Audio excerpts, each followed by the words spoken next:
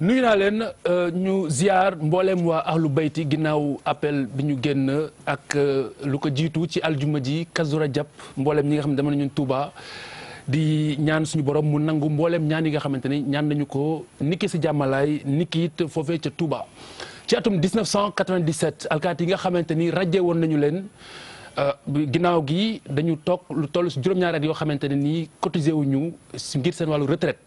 loolu moo waral ñu amal gap boo xam ni 2 milliards de francs CFA moo ko war a fatt njiitu réew mi digoon leen ko le 1er mai ci at mi ñu weesu commissaire Sadio toogoon fii si jàkkaarloo bi waaye ginnaaw gi ba nëgër ni amul benn dërëm boo xamante ne ñu ngi koy séen te loolu du leen jural lenn lu mooy ne seeni pension ay pension maanaam dafay proportionnel te somme bi du ni demee loolu moo waral ñuy sàkku ci ni mu gën a gaawee nit ki ni leen ko ministère des finances diggee woon ci am ndaje nguur gi daal di si jël ay matukaay ngir alkaati yooyu ñi nga xamante ne ñoo si gën a tuutile li ñuy jot si wàllu pension tollawul sax ak SMIC donc ñu ngi ñaan ci ni mu gën a gaawee ñu dimbali leen si ngir ñu mën a yor seen njaboot ni ki nañu ko sàkkoo kon atum 1987 ba nëgër ni mu war a toll ci fanweeri at ak benn lu ko mooy mbirum parrainage vote bi voté nañ ko jàll na mu des lu jëm ci wàllu promulgation bi waaye tamit ñu war a xool nu ñu koy dugalee ci modalité yi ci code électoral bi loolu moo waral tey ñi nga xamante ni ñoo àndoon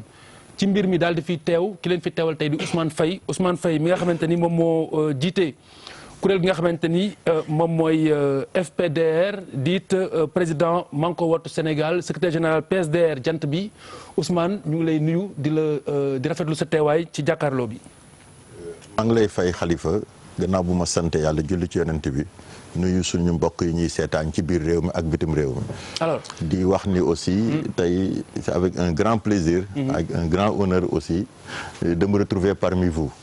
ci émission bi nga xamante ni tax d'abord kër gi sama kër la. loolu borom kër gi ko sànc xam na loolu fii. kon sama toog fii jaadu na bi ci desit aussi mooy. xarañ te ak liggéey bu rafet bi ngeen di def. surtout nag ci émission bii nga xamante ne man jàpp naa ni. ci wàllu politique moo ma ci gën a intéressé ci émission yi nit ñi di def yëpp ci at. très bien kon maa ngi am contenté di leen encourager encore une fois di ñaan yàlla def fi jàmm. nga may ma aussi nag sama aada la ma toog. parce que nag man njabootu Serigne Mansour si borom daara ji la. dëgg la ma may ma dem ba Tiwaawan nuyu sama sëriñu bopp. di sama xarit di Serigne Jamil si ibnu Cheikh Seydi Mouhamadoul Mansour si borom daara ji. di ko ñaanal yàlla mu may ko gudd fan may ko wér ba mu sut baayam fan te ëpp ko barke. ndax mi ngi def nag liggéey bu rafet bu nga xamante ni. kenn umpalewu ko. ndax mu noon na toog di jël addiya sëriñ la mais homme d'affaires la. boo demee xombal gi mu dëkk.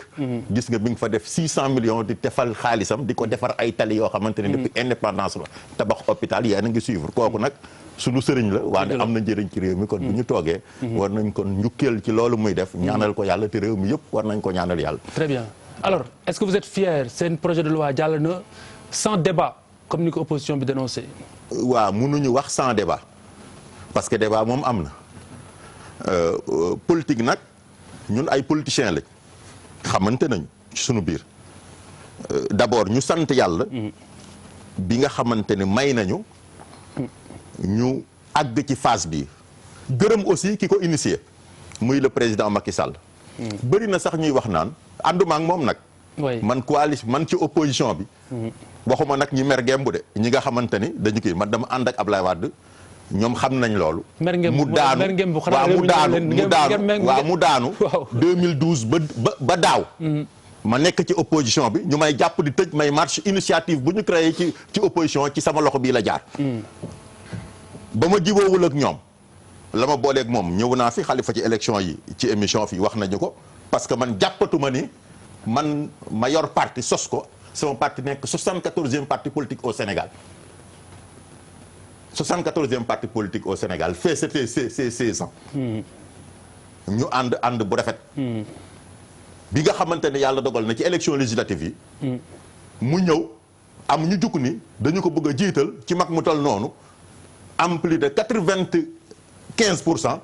15 ans dox nax ni daw na jàpp ci fas Serigne Touba man kooku ma ni leen mënatumaa toog di topp ci ginnaam di ko jiital naan ko góor ki jàppale ki yéegal à moins de quelques mois des élections ma 2 mois des élections ma génn defar sama liste dem man dong ci élection yi jël 15e raw Abdou Mbaye 3000 fois loolu mooy histoire bi. Faye yaa ngi def vraiment affaire politicien. waaw loolu damay wax rek parce que non yaa ngi wax li nga bëgg a wax alors que man tontu aussi ma la laaj. dama ne la est-ce que am ngeen fierté. waaw ki ngeen jàllale loolu laay wax ni la kon damay wax débat ni pour li may wax ngeen mën a jàpp ne dama ni. Birima dinañ ci ñëw dama ni nañ ñëw comme yéen a ma wax ne dinaa leen ko wax boo seetee résultats yi di nga ko gis ak 32 coalitions ñu dul Abdou Mbaye ma raw leen. on est bien d'accord donc loolu laay wax ni pour wax ni sama waaw bi na ñun ci li tax ba wax ko mooy sama waaw bi. pour ñu war a xam ni du waawu ko far moo tax ma indi loolu. bi ci des nag mooy. ñun réew mi Sénégal rek ñu ñor xool nga ñun leneen ñoruñu ñun Sénégal la ñu ñor. mbir mu ñëw.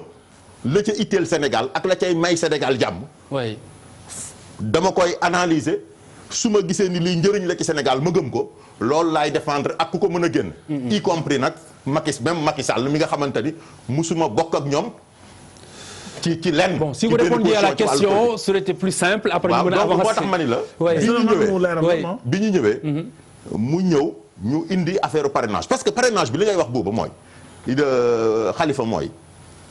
xool nga man Sénégalais yi daf ma jaaxal. le projet de loi est passé sans débat. oui non est-ce que vous en êtes fier? Non pas sans débat débat am na ci.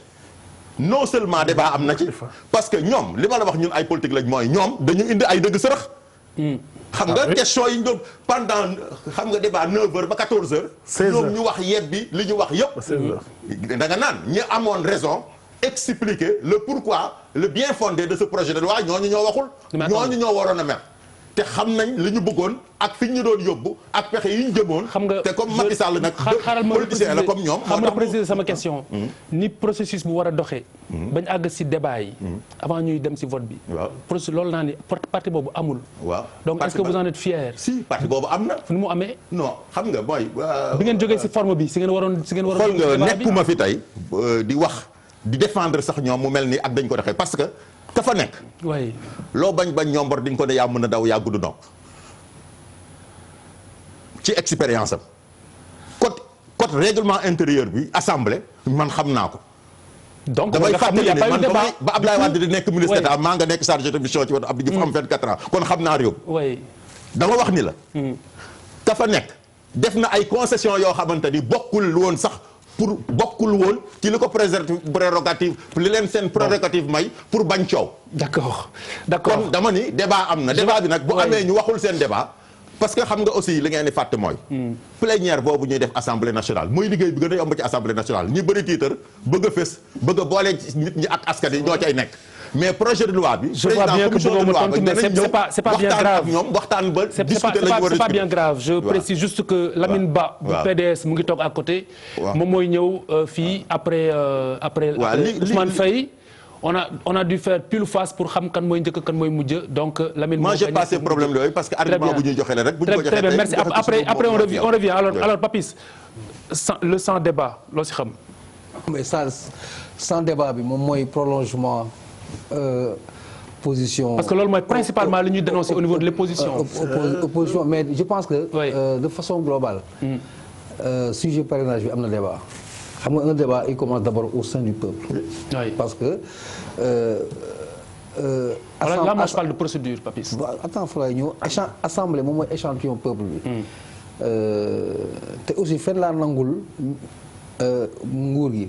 en rappelant au départ que je fais partie des Sénégalais ñi xalaatoon mën nañu bàyyi parrainage ba après ñu def ko ça je réitère ma position par rapport à ça. pour beaucoup de raisons. du ma ñëwaat si victoire parti au pouvoir bi il faut leur dire félicitations. mais je pense que logique u majorité moo am aussi parce que ni doo am doole nekk si xeex néewal sa bopp doole. donc autant tu peux être d'accord que opposition am légitimité wax ne oui amul débat autant aussi mu nga nangu ne. majorité bi ils ont utilisé leur majorité pour faire passer leur loi dans la légalité la preuve la loi sera peut-être promulguée et day légitime donc man je pense que c'est une conclusion politique de la part de l'opposition pour rappeler que dañu néewal doole en m'arrêtant un peu sur un aspect qui me paraissait assez intéressant parce que man suivre naa ko avec passion comme xëy na beaucoup de Sénégalais quand Maître Madické Niang posait l'histoire de l'article 4 de la Constitution muy wax ne dafa am genre dans l'interprétation am na vice de forme déjà parce que dañu dëpp affaire bi dafa ñu ko war a delloowaat je pense que c'est un argument majeur ci biir assemblée bi mais c'est la logique de la majorité il faut s'en remettre à ça et attendre d'autres échéances maintenant pour glisser def benn anticiper un peu autant on peut gagner dans une logique politique c'est normal une victoire qui est légitime mais nañu fexe ba préoccupation yi nit ñi amoon yëpp ci affaire pesanteur yeeg ak problème yi mën a am si il est bon nga gagner mais il est meilleur encore de gérer cette victoire comment gérer cette victoire Khalifa c'est que dans l'application du parrainage que l'État assure toutes les garanties que lépp nekk dans la transparence que personne ne soit lésé parce que loolu mooy seen obligation. ok ça loolu beneen manche la Charles. waaw Khalifa. waaw man may ma rek mu nuyoo tey dama nuyoo waa Grand Yoff. oui jigéenu Grand Yoff yi. mais Charles non Charles non je te fais pas faire ça parce que c'est oui mais Charles loolu leneen doo fi nuyu waa Grand Yoff parce que da nga doon politique pour ton compte donc arrête un peu. fii ñëpp fii politique non mais non kenn politique fi non waaw loolu la neex waxal. Charles politique kan Charles ah politique kay. yëgoo ko non après si tu veux tu fais tes dédicaces à la fin. waaw ak professeur bàyyi ma rek ak professeur. professeur ñu nuyoo sa fii kenn politique fi ku dul yow. yow yaa bëgg mairie Ndakaaru. damay nuyoo mairie Charles mu ngi noonu. indémontable. alors Charles le non débat bi ñuy wax. waaw parce que j'ai vu que cette semaine pourquoi may nuyu professeur j'ai vu que professeur on t'a adoubé homme politique. vraiment quoi j'ai vu que tey yow moom am na koo xamante ne il est 11h59 daal def na la homme politique quoi loolu ma la siy félicité bu baax a baax a baax a baax. jël nga dimension. non am na loo xamante ne am na. man xam dara non professeur xam na lu may wax. foofu lay waxee bon à la fin professeur am na lu may wax quoi am na lu may wax am na lu may wax. affaire caisse la fi def quoi affaire caisse. voilà non di la wax rek pour revenir sur ta question. oui. xam nga Khalifa c'est la structure démocratique qui s'est exprimée. structure démocratique. mais on a une démocratie elle est structurée. Elle s'est exprimée aussi simple que ça. dañu jël benn sujet mu dem assemblée. nationale ñu wax ko fa wax. fa la projet de loi mu ñëw fa mu am structure. lu mu structuré woo donc on peut en parler d'ici ba demain. kooku mooy les contradictions sénégalaises. il y a tout à revoir dans notre système wante lu lañ fa am donc si biir cadre ba lañ ko def. mu ñëw mu am ay mécanismes si biir assemblée nationale nga xamante ne kii bu waxee kii teg wax kii teg wax kii teg wax mais mu am prérogative aussi. assemblée nationale texte yi ñoo ko wax. si biir loolu lañ ko gérer jeex na. jeex na y a plus rien à dire c'est notre structure démocratique. très bien qui a géré cette affaire maintenant. donc le non-débat bi ñu dénoncé c'est une mauvaise foi wala. dama la ne c'est la structuration de notre démocratie la structure démocratique ma moo prononcé wu c'est-à-dire que moi je suis complètement xaw ma nu ñu koy waxee wolof. mais je suis complètement sidéré. par cette capacité que nous avons di jël affaire yi di ko jaxasoo di ko jaxase di ko kii affaire bi ne leer nañu ñu ñuy wax leneen. je suis sidéré de cette affaire-là. Khalifa Demba personne n'a parlé de la sécurité civile de la sécurité publique. Personne. Nous toog pendant des journées personne n'en a parlé. Khalifa Demba on a perdu beaucoup d'argent au Sénégal. à Dakar en tout cas à Dakar. personne ça n'intéresse personne. mais ñan ñoo perte xaalis Demba. ce sont pas les politiciens. je suis désolé ce sont les Dakarois ce sont les Sénégalais. koo xamante ne dafa war a dem di faju ji. les élèves. dem di jàng ji les enfants qui n'ont pas été à l'école. tu penses qu'on peut être fier de ça. fii yow ngay liggéey di daan sa doole et tout pour des raisons de peur et tout ça. mais c'était prévisible Charles. non attention qu'est-ce qui est arrivé hier un camouflet monumental il faut dire les choses. un camouflet monumental parce que il ne faut pas confondre lu xew loolu tax ma ne il y a une structure démocratique là boo xamante ne réglé nañ ko foofu affaire bi réglé na foofu par rapport à des trucs maintenant tout le reste il faut que ñu xool ko ñu analyser ko mais xam mais je pense que c'est ça qui est important ce qui s'est passé à partir du moment où c'est allé là-bas il y a une majorité maintenant nag on peut en rire. Comment un pouvoir peut se retrouver avec 49 et quelques % et être majoritaire à l'Assemblée nationale? Ça, c'est une véritable question. Mais on n'en parlera pas. T'es trop haut ce matin, ce soir. Ah ben merci, mais bon, c'est pas pour autant. alors waaw Khalifa en fait en tout cas bon dama ciy profiter. di ndokkeel li ñu bokk suñu mbokk. ba tey joxuma addiya de ba tey. waaw naa la jox xam nga yow il paraît que xonq bopp nga. waaw tigi. dëgg la lan mooy xonq bopp. xamoo la xonq bopp moo la jaraaf yi fukki penc yeex ñaar yëpp si Ndakaaru. dégg naa si Cap Vert du dëgg. am nga doole ah. donc ñuy ndokkeel suñu. te Sénégal moom la ma maam. waaw kon yow prochain jaraaf moo nga si bokk. lu war a mën a nekk la. nga war a amiin incha allah. donc ñuy. c'est la vérité Papis je suis à la télévision. il peut être jaraaf. c'est la vérité je peux être jaraaf. man la bokkal xeet xaagaan la. waaw. dëgg la ci Yoff. tigi. waaw donc di ndokkal sama mbokk laay ni aussi ak si Kazu Rajab bi di aussi di man taalibe Seydina Limaamul Mahdi yu la waaw ku sa sëriñ ci doomu seen Baay Laay mooy Rasulu Laay waaw non waxuma aw ma sëriñ Birima wax ji jeex na léegi àggali Papis Bouba ñu profité nuyuwaale Baye Diallaay suñu xarit suñu mbokk ñu ngi koy nuyu waaw vraiment waaw donc di sargal aussi si Kazu Rajab bi suñu mbokku murit yi di nuyu sëriñ ñëpp di aussi pour une fois dafa am benn nit bu def benn geste dafa am benn góor gu tudd Amadou Ndiaye bu dëkk Yoff mu gis liggéey bi télé bi di liggéey ci appel bi mu jógee këram taal otoom ñëw ba fii fekk ma ci bunt bi guddi gi il faisait 21 heures mu jox ci enveloppe 150 000 ne ma xam naa ni liggéey bi yan bi diis na lii sama participation la kon je tenais à dire ça c'était très fort kon ñu ngi ko nuyu voilà donc bon di wax effectivement si point bi nga wax absence de débat bi je pense que am na absence de débat parce que pour man du amee solo noonu waruñu profiter nit yi quand j'entends les gens dire dañu commencer 9 heures xaw ma 10 heures ba 14 heures ça fait combien d'heures pour quelque chose d'aussi important c'est dérisoire ba bu la neexee mais c'est dérisoire parce que tout simplement dafa laaj toog wax pourquoi daw pourquoi profito pourquoi il faut ñu voter ko tey du dëgg du yoon dañu war a effectivement un projet de loi aussi important boo xam ne dafay impliquer lu bëri ci avenir démocratie ak ci politique dañ ko war a toog waxtaane ko pourquoi nit ñi empressé wu ne il faut ñu voter ko tey loolu benn affaire la beneen affaire bi mooy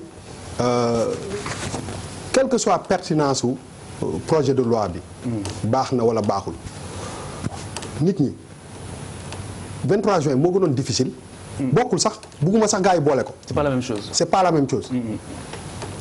mais dañu permettre ñu dem taxaw ci buntu assemblée bi taxaw waruñu jël dëkk bi tëj ko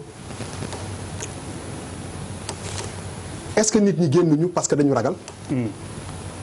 nañu bàyyi nit ñi ñu am liberté bu ñu d'accord ci benn affaire taxaw. ñu encadrer leen baare dëkk bi yëpp.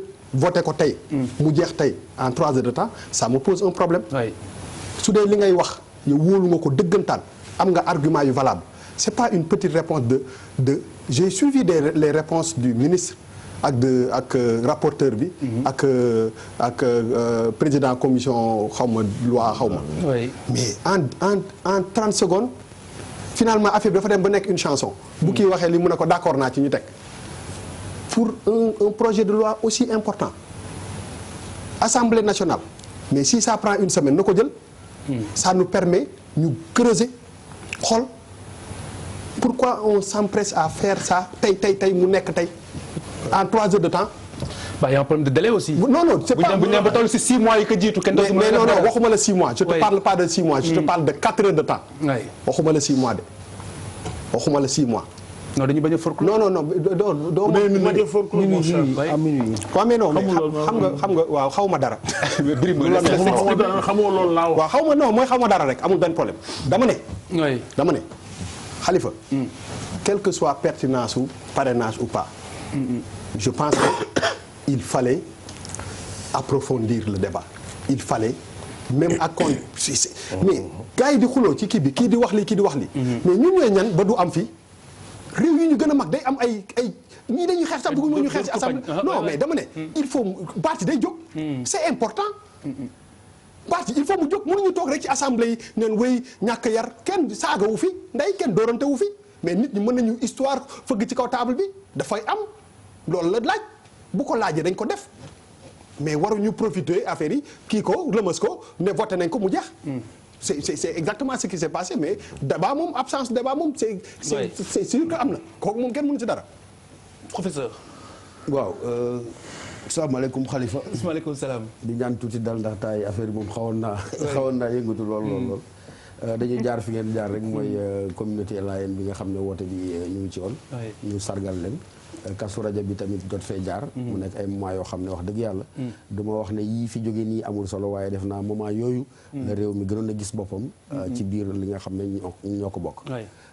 di masawu également may di la ko jaale soxna mbenn mu sëñ Moutada dafa wàcc liggéey sànq noonu donc ñu koy jaale toute la communauté mouride di ñaan yàlla xare ko àjjana amiin bu ñu ñëwee ci loolu nag lii nga xam ne moom la ñuy sumb muy parrainage bi man daal dama ci jël tuuti recul bañ a nekk ci biiru xiiro beeg ŋaayoo bi rek parce que boo ko seetloo souvent mbir bu jógee pënd wi dafay bari lool te day rafet nga dellu siwaat li nga xam ne concept yi ñuy utiliser la mu tekki xëy na buñ ko leeralee xëy na wax ji dina gën a mën a set parce que dina bëri ñuy xiiroo ak ŋaayoo fekk dañoo d'accordul ca la ñuy kàllaama ba ñuy yëkkati kàddu ba ñuy yëkkati bopp lan la tekki parce que boo nee parrainage nee nga démocratie kon dama yaakaar ne les bonnes questions maanaam laajte yi nga xam ne moom la ñu war a njëkk a régler mooy lan mooy démocratie lan mooy parrainage boo ko leeralee ba pare nga appliqué ko ak li fi xew su ko defee dina gën a dimbali si li ma bëgg ñu taxaw si d'abord sax mooy li ñu ne dafa am absence de débat ci processus bi ni mu waroon doxee.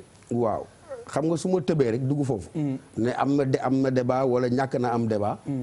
damay nekk patauger ci benn maar boo xam ne ñi ko investir dafa xaw a bari. boo taxoon ma ne soo ma ko mayoon su ma arrière tuuti.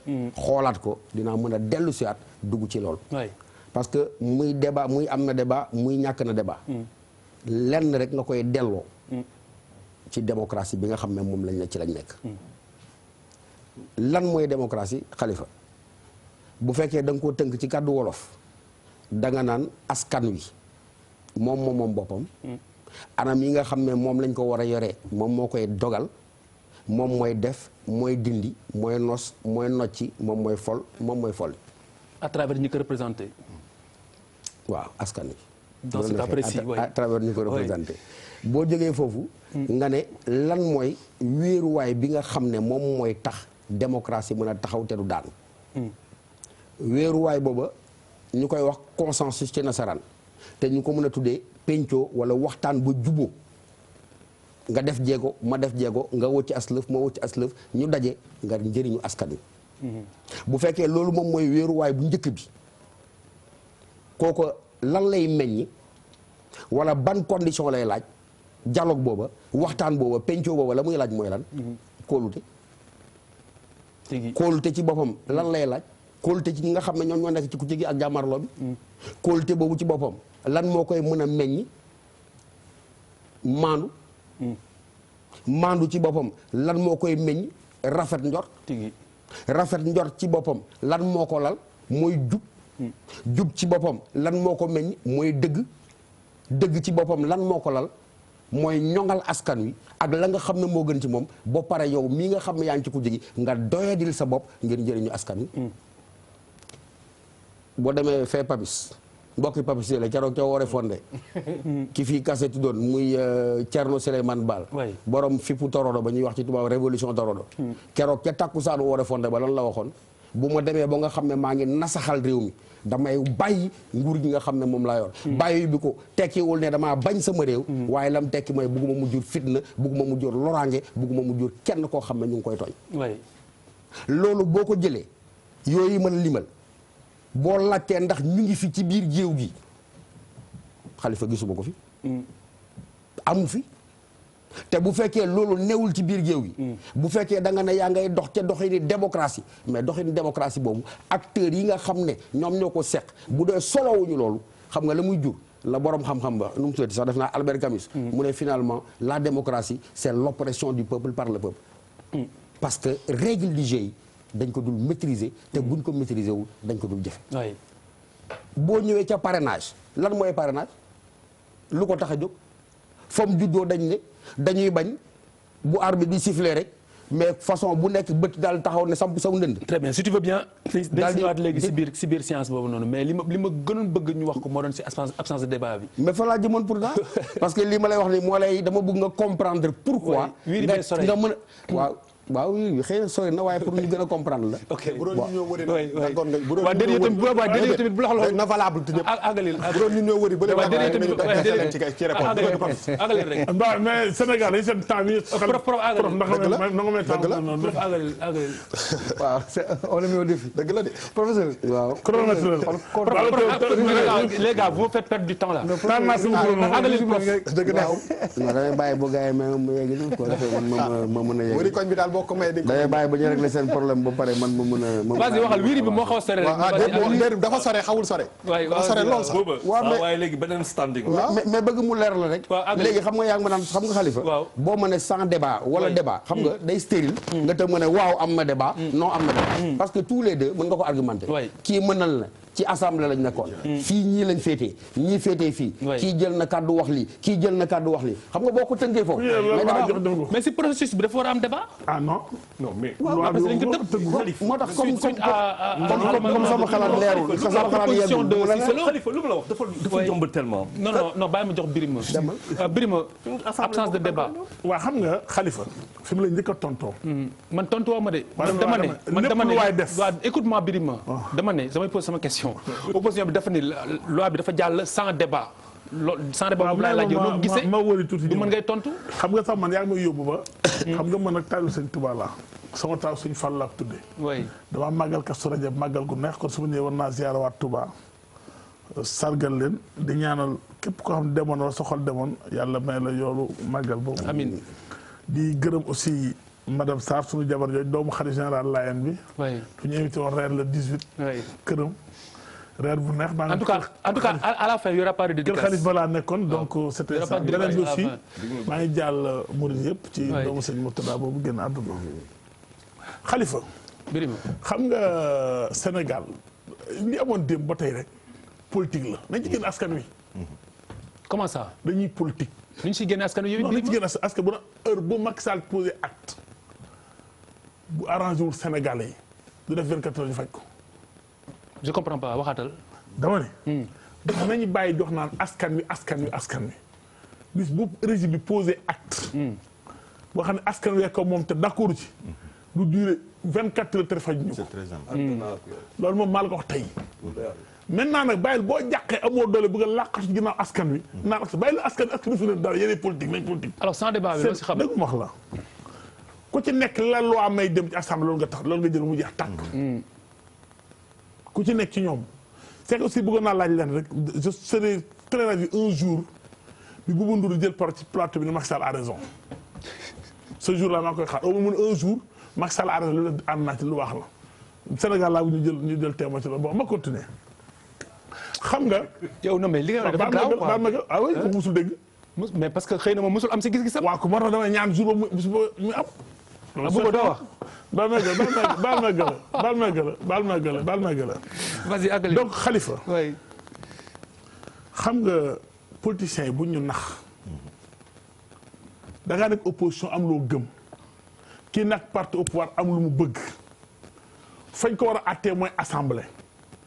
li naan loi bu ndaw amul dama dégg bu ma naan loi bu toll na bu sérieux amul benn loi bu sérieux wul loi yëpp a rëy ndax loi moo gën a fort lépp kon loolu mënul ndaw loi bu ndaw amul ñaata loi lañ voté assemblée nationale ci conditions yi mel nii même ñoom seen budget bi ñu ko daan voté yaa ngi rappelé loolu daaw ñu def débat day xëy nañ seen budget lañ koy voté noonu xaa tey la loolu garaaw di leen arrangé wul dama ni buñ gëmloo Sénégal loo xam ñun dëkkuñ ci dëkk bi leen dëkk. très bien c'est pas la première fois moom assemblée nationale te doon bu mujj bi ñoom dañoo ñëw yoon jox leen ñu ay juriste lañ ñee ay juriste ñu xool li leen yoon jox ci assemblée nationale ñu bloqué assemblée ba 16 heures. maintenant ñu ñoom ñëpp ñu bindu 114 personnes bu ñu bindoon wax bu ñu waxee day passé minuit soo passé minuit loi bi day fort ku loolu jàllati. ñoom ñu bloqué ba xam ne bu ñu bindoo ñoom ñëpp yëf yi yàqu ñu bindu mais ñoo seen majorité leen yoon jox ñu ça voté seen loi. légalement. leneen amu fa lépp a légal démb. dañ doon ñaar fukki nit ak juróom-ñaar bu ñu mënee ndax téeméeri nit ak fanweer xaw ak ñaar mais xanaa dañuy ñàkk fayda. kon léegi soo tuddee politicien oui. waay ñoom dañoo ñëw seen stratégie. pour yàq loi bi. waay ñee ñëw ak seen stratégie pour voter seen loi parce que loolu lay ànd. majorité dafa ñëw ak seen loi looloo fi am leen parce que bu dee eggoon minuit loi bi day forclos dootu jàllati. très bien. maintenant ñoom ils se sont fait de telle sorte que. teeni kii bi def seen i question ba c'est normal moo leen ko tere aussi. leen yoon jox daal xam nga lan la. boo jëlee la yoon jox nangul sa morom jël li ko yoon jox xam nga laa doon dégg. daa bëggoon dégg ñii nañ voté loi bi yoon da koo tere nañ ko wax bu fekkee yoon da koo tere nañ ko wax mais si la loi le permet et on le fait le problème c'est légal. très bien après dinañ ñëwaat si yeneen si parrainage bi parce que loi bi jàll na waaye ba tey mbir mi sotteegul parce que lu ñu sumbal rek la am na waaye Birima dama bàyyi ma àggali. sotti na oui ma voilà da nga ma bàyyi ma àggali. ba pare sotti na di nga ma band.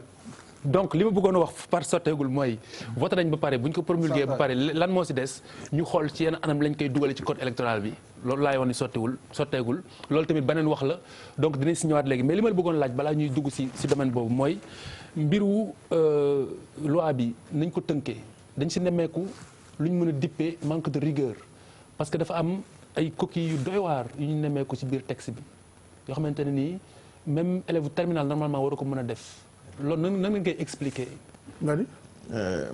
Birima. li ma koy leer na. déggal Khalifa. oui. defe naa li am solo. parce que lu toll noonu boo koy bind tout de même la moindre des choses. mooy nga bind ko ci anam yoo xamante ne nii. waaw Khalifa. xam nga am na yenn détails yoo xamante ni man jàpp naa ni c'est hyper important non fa ay faute d'orthographe ku nekk yow mu nekk une virgule change une vie. une petite virgule change une vie. mais quand même di nga defar say texte yow en tant que directeur wala ñuy gérer ay administration di nga gis ak maintenant façon xarali machine yi ñu yor ak nit ñi yow sa téléphone sax da ngay ñëw bind benn texte jox ko sa secrétaire mu indiwaat ko nga xool ko yóbbuwaat ko bu corriger ko kooku c'est pas à la faute à ci ko bind waxuñu phrase li ñu bind loi bi bu leer la xam nga yooyu sax c'est pas important. ah si une virgule change une phrase. non une virgule change une vie. Khalifa waaw du ma fi nekk du ma député assemblée nationale. waaw bokkuma bureau assemblée nationale. waaw nekkuma fi pour défendre assemblée nationale. li ma intéressé benn mbir la acteur politique la tigi xool am ay yu xew lu nga xamante ni tey bi ñu amee bokkuma aussi ak Macky Sall ànduma ak moom. ma gis effectivement waaw donc ma wax ni. su ñu ñëwee waaw effectivement waaw dégg moo tax la ne waaw la répétition est pédagogique pour montrer que nga xam ci man lenn ni du ma ànd ak nit te du ma ko wax dëgg pour ñi ma àndaloon ci opposition bi. kon loolu c'est un détail du ma contre nit aussi Birima ba muy sangu ci géej gi man an ko yaa ngi muy poussé du ma ko def. très bien. moo tax ma ni la loi bi bu mu amee parce que quoi li ñu war a wax li ñu ñëpp war a wax mooy mbir mi. dañ ciy féliciter d'abord le président de la République xam nga fan ngay xam importance loi bi. ci génération yi di ñëw. c'est très important. bon très bien merci beaucoup parce que dañu nekk ay acteurs politiques. am 300 partis politiques te ba léegi nii may wax ak yow. je vous remercie alors Charles Faye les coquilles là yi ñu gis ci affaire bi. non dañuy wax importance loi bi. non mais ça c'est hyper important non mais l'absence de rigueur parce que loolu du tay rek. mais dañ yàgg gis ci ay des trucs comme ça. sur les lois non mais xam laa bëgg nga xam que Faye une virgule. change une vie. oui je sais. donc c'est très important texte bu demee ba àgg foofu warul am benn faute. mais lan moo tax assemblée nationale. bàyyil def ci texte règlement intérieur pour éviter loolu moo tax ñu corriger di wax député yi ku ci gis jox la rapport bi nga def ci ay amendement Charles pour xam ne nit matul. texte yëpp noonu la ko def. waaw je suis KO bu déggee un homme politique mun nga bañ a bokk assemblée nationale donc munoo fa wax avec yooyu encore que une chose aussi importante que celle-là ngay ne les fautes c'est pas grave. ça a été rectifié waaye. quand on met le garde des Sceaux avec SOT c'est quand même hyper grave. waaw dama ne Khalifa loolu mooy sànq Bouba junjoon ko. si c'est un lapsus c'est plus grave. c'est les secrétaires qui font le travail là. administration xam nañ loolu. ça c'était petit. Il y a peut-être aucune loi qui est plus importante qu'une autre. Mais on doit être fondamentalement loolu mooy suñu de fondamentalement.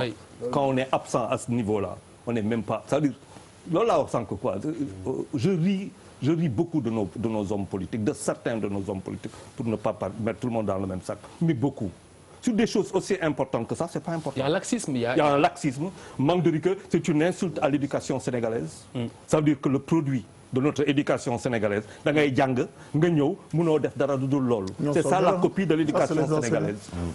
C'est ça la copie. Que des hommes politiques maintenant disent que c'est pas important, ça renvoie à ce que nous sommes aujourd'hui.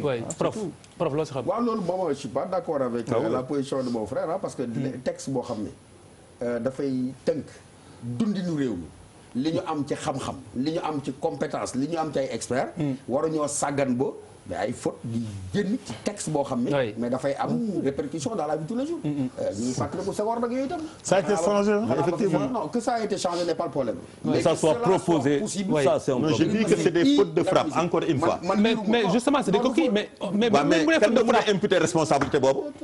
waaw déglu ma sama ki ko bind yow mën toujours dama ni la Khalifa je vous ai dit que yow sa bopp da nga yor administration dama ni la yow léeg-léeg tout le temps il vous arrive nga bind sa texte jox sa secrétaire sa texte bi nga bind amul benn faute mais la secrétaire bi koy tàppee léeg-léeg mun na am xamoo ban humeur la nekk am ay faute di nga ko corriger ñetti yoon loolu ñu ça nous arrive mais looloo tax ma ni la ñu def ci biir règlement intérieur pour ñu ñi ko xool ñun ñëpp ñu jox ko texte bi ku ci am amendement am benn faute bu ñu corriger bu def ko on parle pas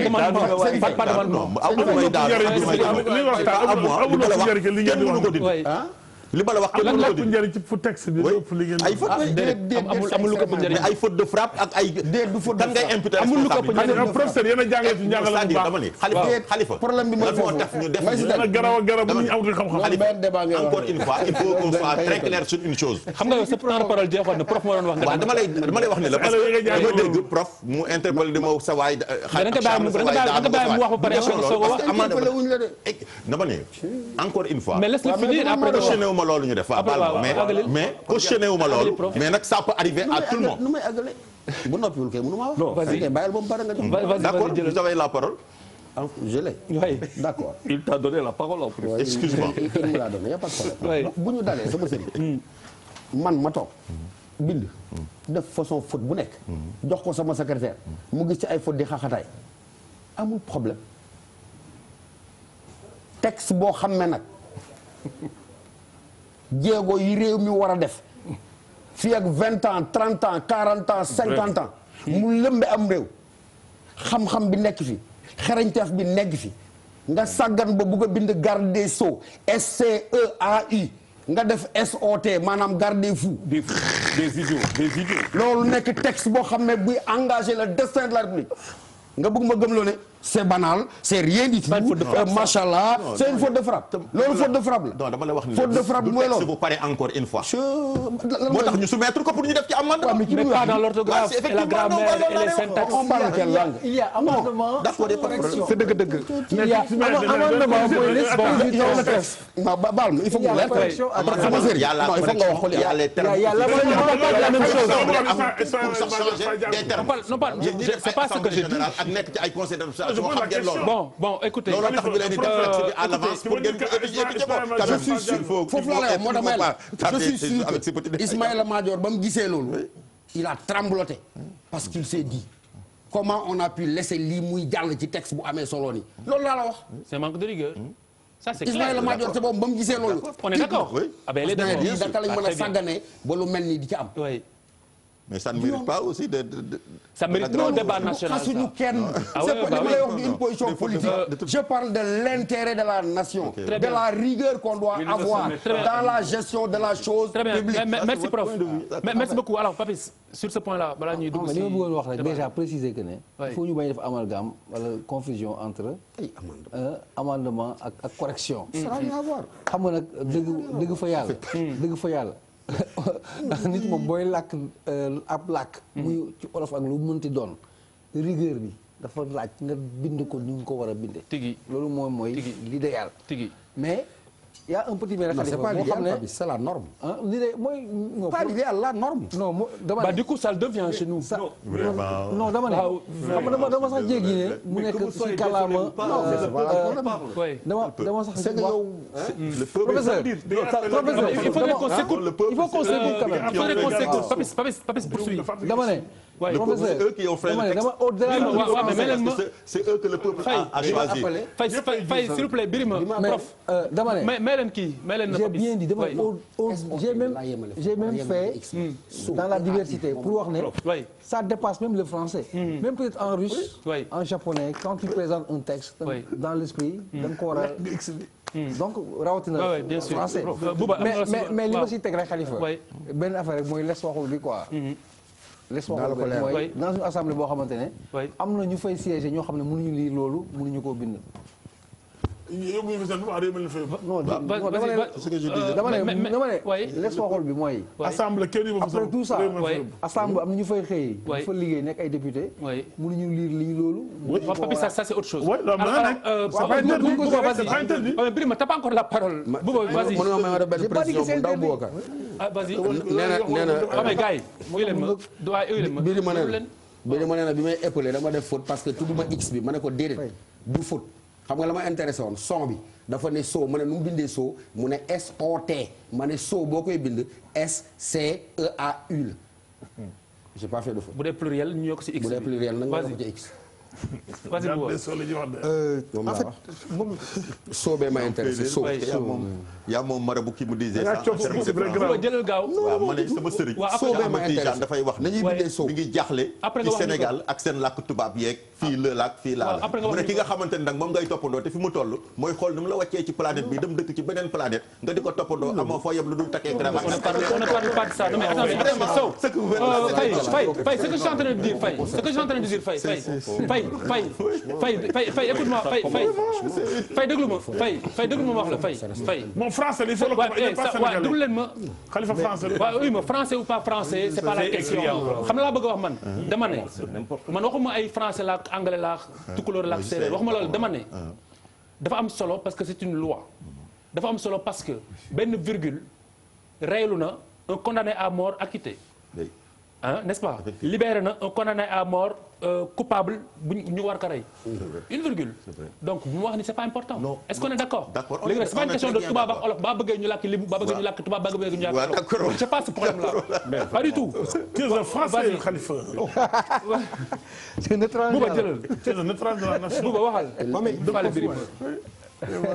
mais en fait en réalité ki day saboté bu ko tu es un français waxal en réalité li lu muy wane moom mooy ñàkk pas-pas bi ñu jox loi bi parce que xam nga du ay affaire nekk fi ay la waroon nga war a def wala dara c'est-à-dire que bu ñu toogee si 2018 ñu toog assemblée nationale loo xam ne moo lëmbe réew mi depuis un mois ñëpp di ko wax ñu nekk di wax ay waxu fii dañu waroon def waroon def ça veut tout dire ça veut tout dire aujourd'hui yow nga def faute bokkul ak lii tigi c'est pas important bu ñu toogee fii laa wax di wax waxi dañu waroon def fii def fi ça veut tout dire ça veut dire que am na benn niveau boo xam ne war nañ ko attaquer affaire yi war approche bu ñu war a am te amuñu ko te loolu aujourd'hui boo doon def prêt bancaire wala ngay def dara kayitu juddu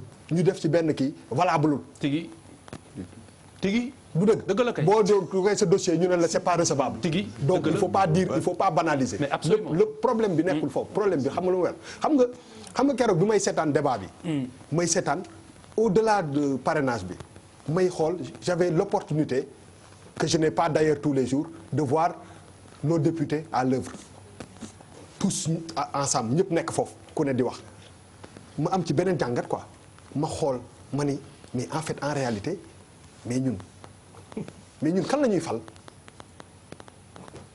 kan la ñuy fal Khalifa c'est-à-dire que xam nga la loi si affaire parrainage c'est-à-dire que dafa am benn affaire bu gars yi fàtte bu am solo mooy man le Sénégalais que ce soit 65 000 signatures wala 100 000 signatures est-ce que ça doit changer man mon choix damay choisir nit parce que dama ko gëm wala damay choisir nit parce que dafa nekk ci parti politique amul njëriñ c'est-à-dire que à la fin de la journée tout ce bruit là ci affaire u parrainage bi nañu tàggat suñu nit yi ñuy choisir les bonnes personnes tigi dëgg la est-ce que assemblée nationale boobu est-ce que représenté na askan bi au vrai sens du mot. J'espère bien. Est-ce qu'on est bu ñu taxawee ak suñu diggante ak yàlla rek. ñu suñu conscience ñu ne est-ce que c'est représentatif de fi ñu war a nekk tey. Ça nous ramène ci benn affaire. dañu jóge ci ay élections législatives mu am ay problèmes yu bëri yu fa am. Qui a été élu ci bonnes conditions est-ce que loolu taxul ñu am peut-être que benn. Donc tu es en train de dire que le parrainage est pertinent alors. moom lay ni non je ne dis pas ça du tout. déedéet bul ma moi je xoolal waxuma dama ne la à la fin de la journée. parrainage ou pas parrainage. le choix de la personne du parrainage moom moo ko war a.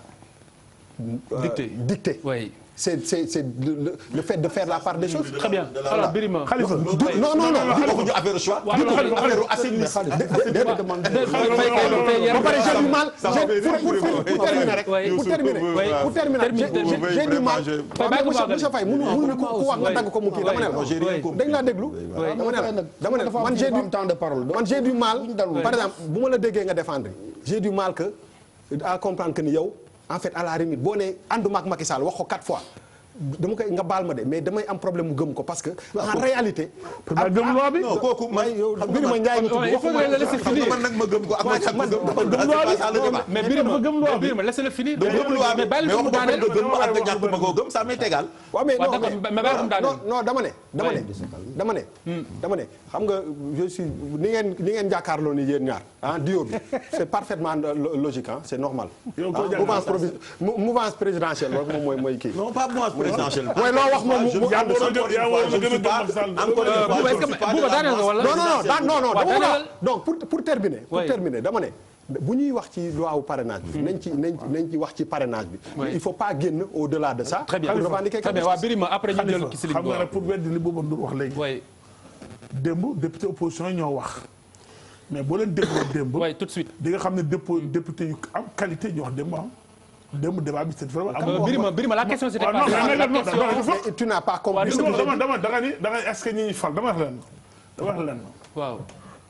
assemblée bi démb débat bu kawe am na fi.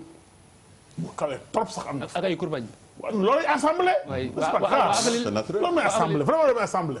mais quand même démb opposition dafa na. moi j'ai pas parlé de l'opposition. soo bokkoon ak ñoom. mais bul ma wax loolu ma waxu la. dama ne gàcce ngalaama. mais bul ma wax loolu ma waxu la. te aussi. mais en plus bi may wax loolu man waxuma loolu. j'ai pas dit ça. soo nekk parti au pouvoir aussi. xarante gi ñu ànd boote loi bi. je dis gàcce ngalaama. donc c'était très bien. bon xam nga démb Khalifa. effectivement wax dëgg yàlla faute yi mënoon na ñàkk ci texte bi.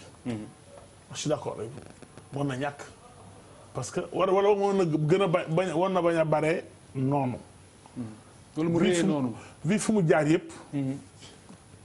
dem ba conseil des ministres. jógaat fa ñëw assemblée. cabinet premier ministre bi gis ko. vice président yëpp gis ko. mënoon na bañ a egsi foofu. je suis d'accord parce que dëgg aussi gis nañ ne nena ngi. tigi boo ko bañee day nuru leneen mais quand même comme heureusement assemblée xaj na sóor na loolu ba texte bi avant ñu koy soumettre dañ koy toilette.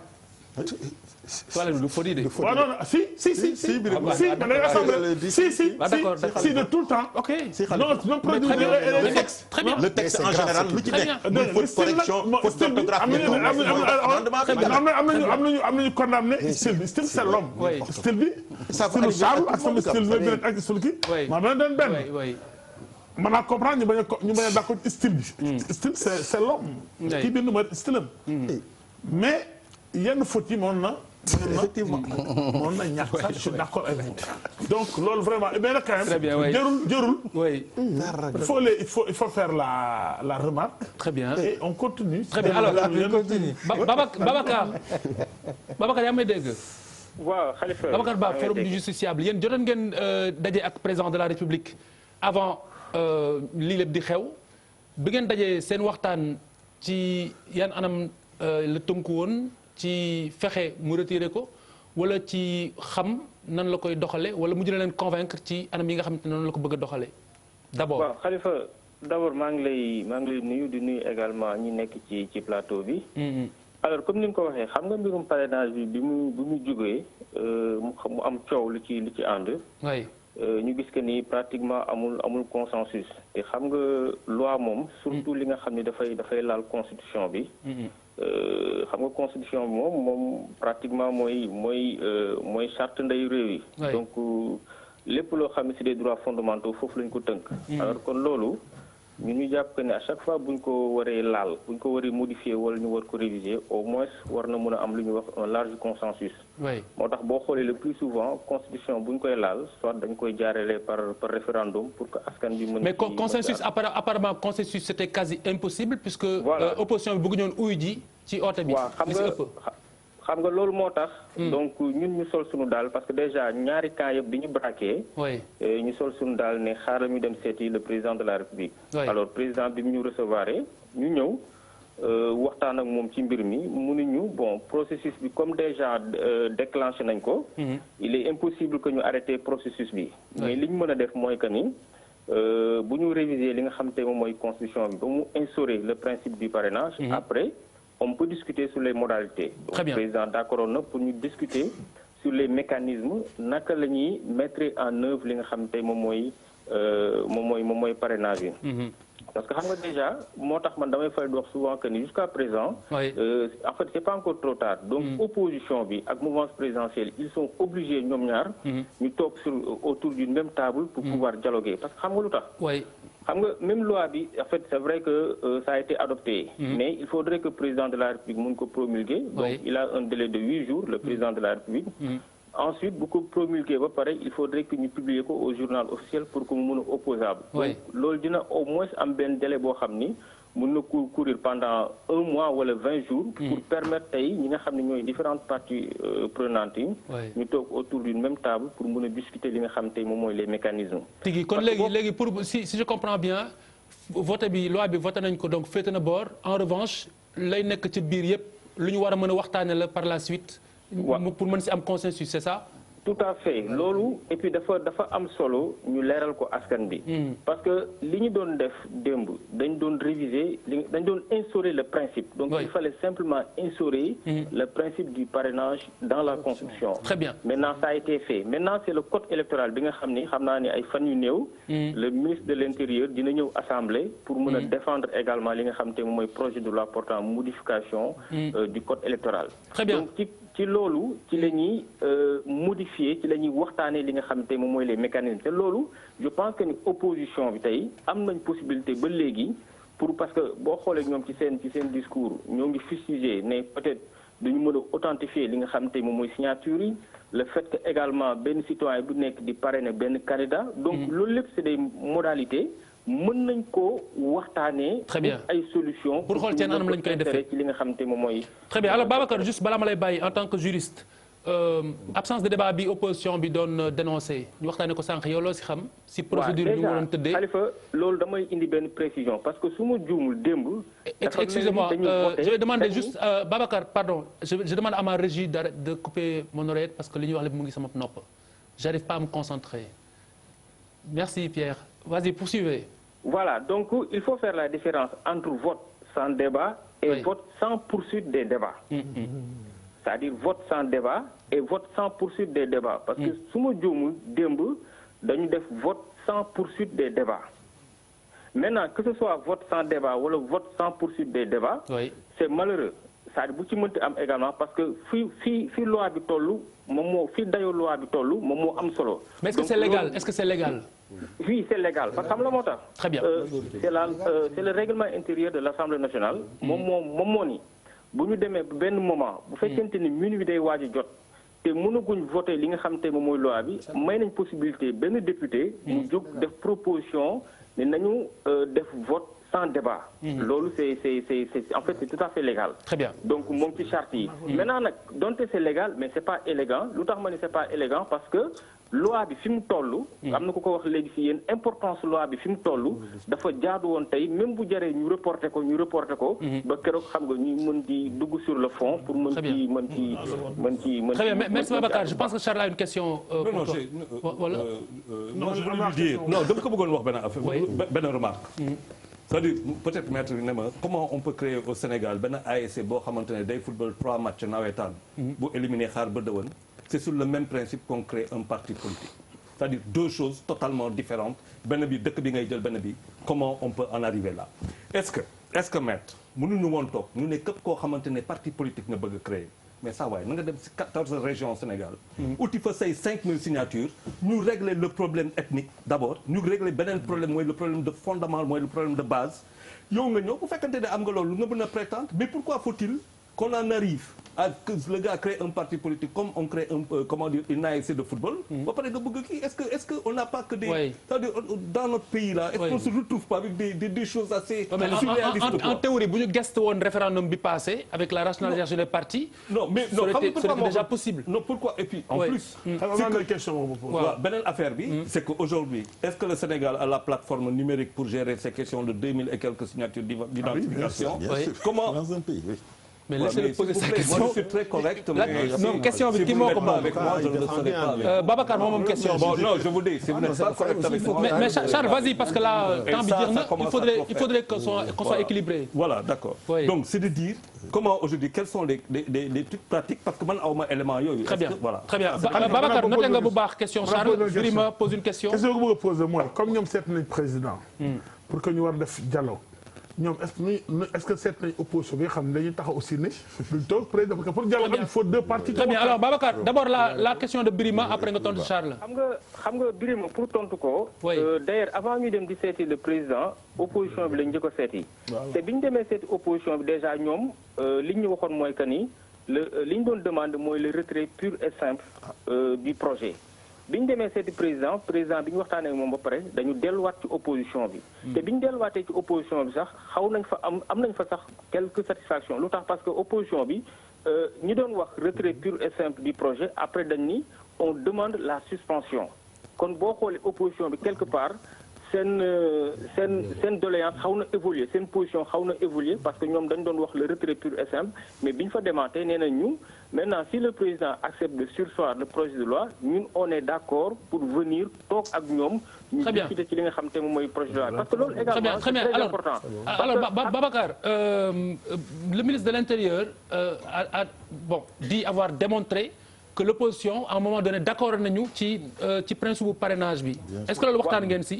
waaw xam nga foofu également damay indi benn précision de taille parce que le ministre de l'Intérieur dafa brandir le rapport de 2016. oui gis nga rapport de 2016 bi parrainage bi muy wax dafa concerner les candidats indépendants. Très bien. Mais loolu moom en fait Khalifa c'est une précision de taille. Le rapport de 2016 ne parle pas de parrainage des partis politiques. Ah, très bien. Mais parle du parrainage qui concerne les indépendants. C'est une belle proposition. Je regrette parce qu'il n'était pas là-bas. J'étais là-bas et c'était ça. Donc li Babacar wax amul loolu nga bëgg a wax. Non, ça je dément ça formellement. Bon. déglu ko moom fi nekkoon. Babacar. J'étais acteur, j'étais là-bas. Babacar. Parce que tout le monde était d'accord que vraiment parrainage une cause historique. Est-ce que dégg nga li Babacar wax est-ce que dégg nga li Babacar dégg naa bu baax li mu wax. Très bien. dégg naa bu baax li mu wax dafa ni li ñu discuter foofu bokk candidat indépendant yi rek ça c'est oui. ça ne reflète pas Voilà, donc loolu mes propos je les maintiens parce que j'ai le rapport de 2016. Oui. Très bien. nee nañu la rapport de 2016. waaw dama ni Babacar je le connais je le respecte xam naa ko bu baax xam na ma bu baax a baax. dama ni waxuma rapport li mu wax dama ni ñun ay acteurs lañ. depuis 2012 ñu ngi nekk ñun ci processus électoral bi. dama ni di nekk ci discussion générale yi.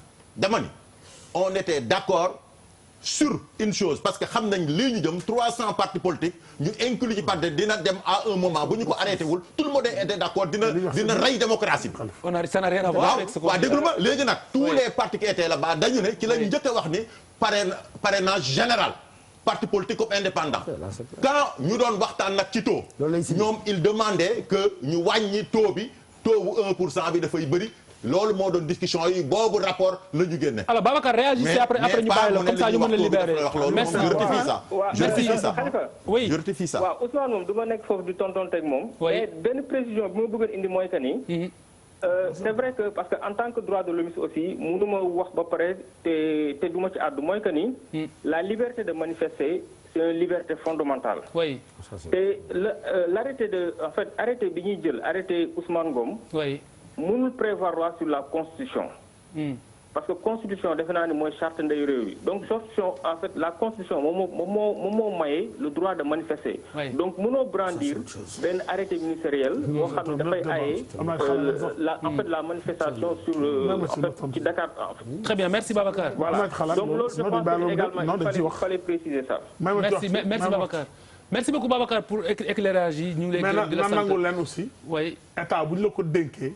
y a obligatoire pour obligation pour protéger les situations protéger les citoyens mooy interdire les marches. non marche amul démb dañoo voté ab loi ñu ba ko yàq. bon loolu fi am. du marchand dañu loi du fi amee dañuy taal réew mi dañu koy wax. très bien merci Birima Faye merci beaucoup waxtu yu jot na parce que il faut ñu jël kii Lamine bu PDS. Lamine Ba il est là il faut ñu jël ko yow sa waxtu jeex na. ñu ngi lay gërëm di la sant. sama waxtu bu mujj sama wax bu mujj lenn dong la. en une minute parce que c'est terminé. d'accord dama wax ni encore une fois ñi ngi remercier il faut le dire parce que lii courage dëgg moo tax kii jël décision bi nga mënoon ko jël parce que ñun ñi ñëpp di wax nekk ci ay position bi ci bedd bi la ñu nekk. ki ñu wóolu fal ko mooy ka nekk ca palais ba mu daal yu wër ko ak député bari ki dem ba la am élection ñu tànn seen i député ñooñu ñoo am légitimité ñooñu ñoo mën a wax ni ñoo représenté le peuple. yow kay ñibbi nga waaw dama wax ni noo déet bokkul loolu man candidat laa woon sur 47 listes. j'étais ñëw naa 15e foofu la ma peuple bi jox nangu naa ko. am na ñeneen ñu mu dugal am na ñu ñëw plus fort dama wax ni.